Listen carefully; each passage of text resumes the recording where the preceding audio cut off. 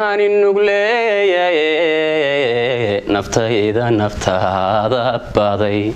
مركانية سامي كالقعل نفتيدا كنا حيابا waxaan ahay fanaan Soomaaliyeed waxaan fanka ka qayb qaataa heesaa iyo alxamiisti ku taaliyo sidii lama dhabiyada ama dhaga xalulka asiisada habla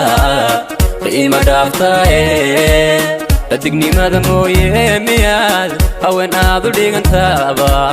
kamaysay ila ba ku dhaafsho adadaabadu goonee ragninkan ودحدان اللي مودنيني magacaygu waa Xariir Axmed Cabdullaahi waxaan ka tirsanahay qaybta Ileys Bandi ee fadhigeedu yahay magaalada Jigjiga gaar ahaan dowladda Soomaalida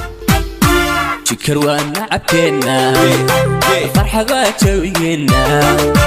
jikar waan cabkeena farxada jawigena jikar waa kulankeena jacayl waa labadeena jacayl waa labadeena waxaan ka soo bilaabay fanka magaalada Jigjiga oo ku barbaaray isla imkana magaalada Jigjiga ayaan fanka wadnaa dhankastaba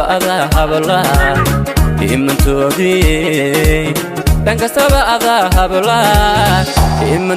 imantoodii